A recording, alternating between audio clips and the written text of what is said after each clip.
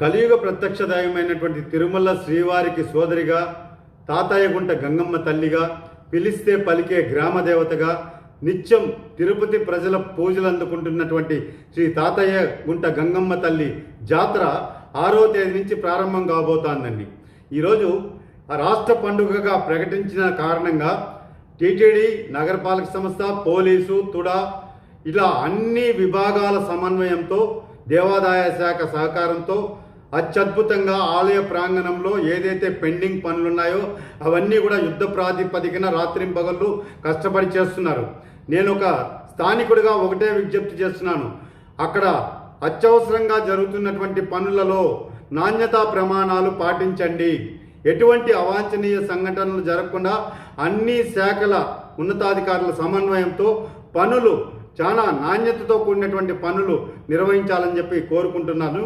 ఎందుకంటే మన రాష్ట్రం నుంచే కాకుండా తమిళనాడు, కర్ణాటక నుంచి కూడా, ఇతర జిల్లాల నుంచి కూడా వేలాది మంది ప్రతినిత్యం వారం రోజుల పాటు జరిగే జాతరలో పాల్గొనేదానికి, వివిధ వేషాలు వేసుకొని అమ్మవారికి మొక్కులు తీర్చుకునేదానికి భక్తులు వస్తూ ఉంటారు. కాబట్టి దానికి తగ్గట్టుగా ఏర్పాట్లు చేయాలని చెప్పని నేను కోరుకుంటున్నా.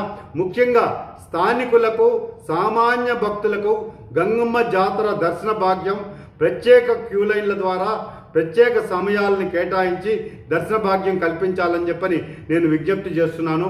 ఎందుకంటే విఐపీల తాకిడి ఉంటుంది. ప్రముఖులు వస్తారు, ఉన్నతాధికారులు వస్తారు, వివిధ పార్టీల రాజకీయ నాయకులు వస్తారు అమ్మవారి దర్శనానికి.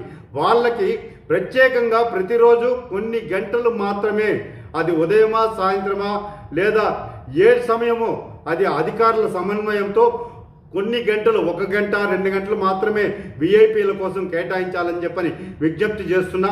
మిగతా సమయం అంతా కూడా స్థానికుల కోసం, సామాన్య భక్తుల కోసం మీరు దర్శన భాగ్యాన్ని కల్పించేలా చర్యలు చేపట్టండి.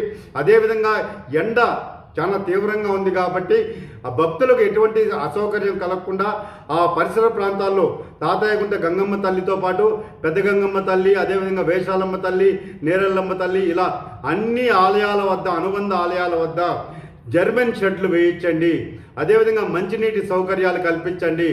ఎండ వేడికి తట్టుకునేందుకు ఆ చుట్టుపక్కల ప్రాంతాల్లో అంతా కూడా ట్యాంకర్ల ద్వారా రోడ్లపై నీటిని చల్లించాలి. అదేవిధంగా ఫస్ట్ ఎయిడ్ సెంటర్లు ఏర్పాటు చేయాలి. అత్యవసరంగా అంబులెన్స్ కానీ, ఫైర్ కానీ ఇవన్నీ కూడా పకడ్బందీగా ఏర్పాటు చేసుకొని 24/7 పోలీసుల నిఘా అనేది చాలా అవసరము. ఖచ్చితంగా ఆ నిఘా పటిష్టంగా ఉండాలని చెప్పి కోరుకుంటున్నాను.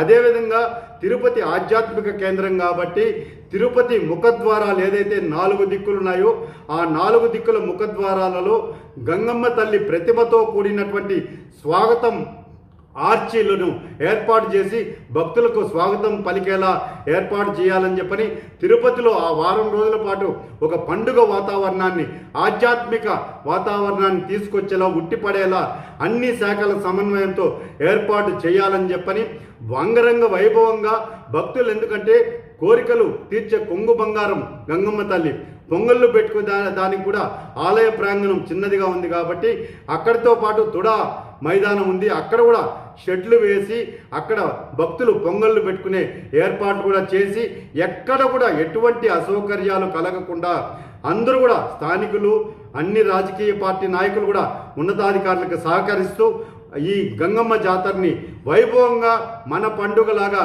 మనమంతా కూడా నిర్వహించుకోవాలని చెప్పని మనస్ఫూర్తిగా కోరుకుంటూ ఈ విషయాన్ని నేను ఇప్పటికే, ఎందుకంటే ఒక కమిటీ అనేది ఉంటుంది, ఫెస్టివల్ కమిటీ. ఆ ఫెస్టివల్ కమిటీ ఇప్పటి వరకు వేయలేదు. 6వ తేదీ జాతర ప్రారంభం కాబోతుంది కాబట్టి వెంటనే స్థానికులతో పరిమిత సంఖ్యలో ఫెస్టివల్ కమిటీని ఏర్పాటు చేయాలని చెప్పని నేను దేవాదాయ శాఖ అధికారులకి, ప్రభుత్వం దృష్టికి తీసుకెళ్తానండి.